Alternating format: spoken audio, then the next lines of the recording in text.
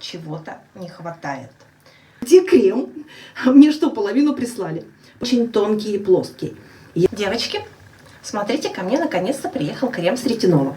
Я столько всего хорошего наслушалась, что не выдержала и заказала. Это крем Medic Crystal Retinol 3.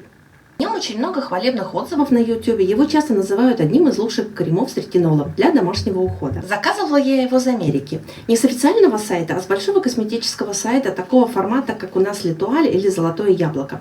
Там была скидка 15%. В итоге Он обошелся мне примерно в $55. В России я его сейчас не нашла. Раньше он был, по-моему, в Золотом яблоке и стоил около 9000 рублей. И вот наконец-то крем приехал ко мне. Приехал он мне примерно недели за 2. В этот раз быстро пришли посылки.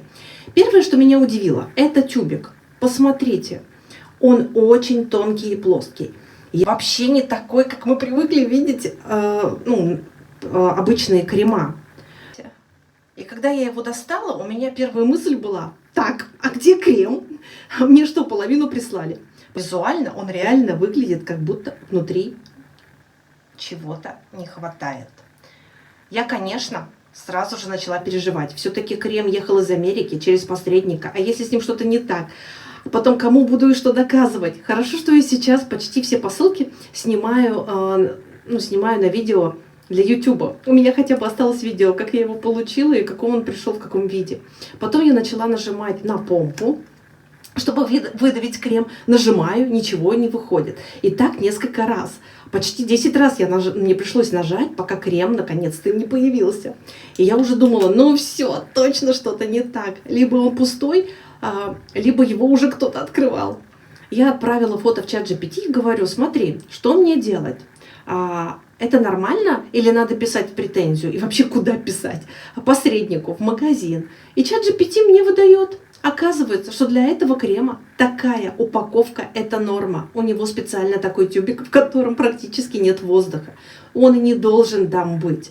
И он не должен быть пухлым и объемным. Потому что ретинол очень чувствителен к воздуху и свету. И формула, если она постоянно контактирует с воздухом, она теряет свою активность. Поэтому здесь упаковка сделана так, что максимально защитить средство.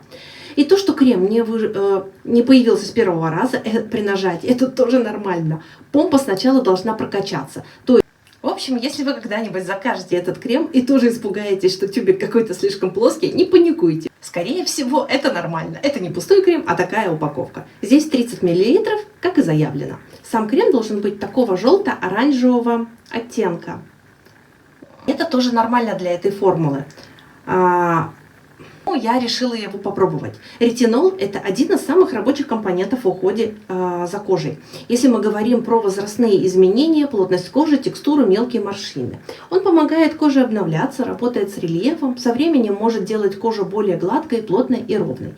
помогает поддерживать выработку коллагена. И это как раз то, что нам нужно, когда кожа уже начинает терять упругость. Жду, что нанесу его, и сегодня и завтра проснусь абсолютно с новой обновленной кожей. Так это не работает.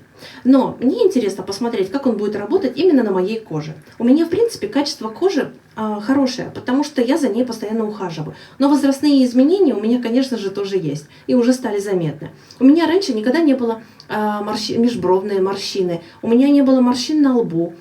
Не было гусиных глазок. А сейчас они уже появились. Они стали заметнее. Межбровная морщинка стала заметна. На лбу появились мелкие линии. Они не глубокие, но они есть. Мне хочется не ждать, пока они станут сильнее, а начать с этим работать заранее. И я буду пользоваться этим кремом. Начну аккуратно, 2 раза в неделю. Очищаем кожу. Потом я наношу тонер. Можно не наносить, но обязательно нужно дождаться, чтобы кожа стала полностью сухой. Ретинол лучше наносить именно на сухую кожу. Если нанести его на влажную, он может сработать активнее, и тогда выше риск раздражения, шелушения, красных пятен. А мне совсем этого не хочется. Поэтому схема такая. Очищаем, тонер, кожа полностью высохла, И я наношу крем тонким слоем. После этого я подожду примерно 10-15 минут и нанесу сверху увлажняющий крем. Сейчас у меня Avena Derma Absolute. Он мне очень нравится, потому что придает коже плотность и комфорт. И еще у меня пришел крем CeraVe. с керамидами. Буду использовать его после ретинола. Чтобы поддерживать защитный барьер кожи, и он быстрее поможет ей восстанавливаться. И обязательно утром SPF. Если вы используете ретинол или любые активы такого типа, как пилинги, то днем обязательно защита от солнца. И я использую SPF 50, потому что не хочу получить пигментацию, раздражение или лишнюю чувствительность кожи. Так что начинаем тестировать этот крем. Буду смотреть, как кожа реагирует, Будет ли сухость, будет ли шелушение, станет ли кожа более ровной, плотной и что будет с мелкими морщинами. Обычно эффект от таких средств смотрит не сразу, а примерно через 4-6 недель. Поэтому через месяц уже можно будет сделать первые выводы. Обязательно расскажу, стоит ли этот крем своих денег или И есть ли от него вообще эффект. Так что спасибо всем. Обязательно сниму... Ой. Так что спасибо всем. Обязательно сниму до и после, как всегда. И сейчас я нанесу крем, и все. Спасибо за внимание.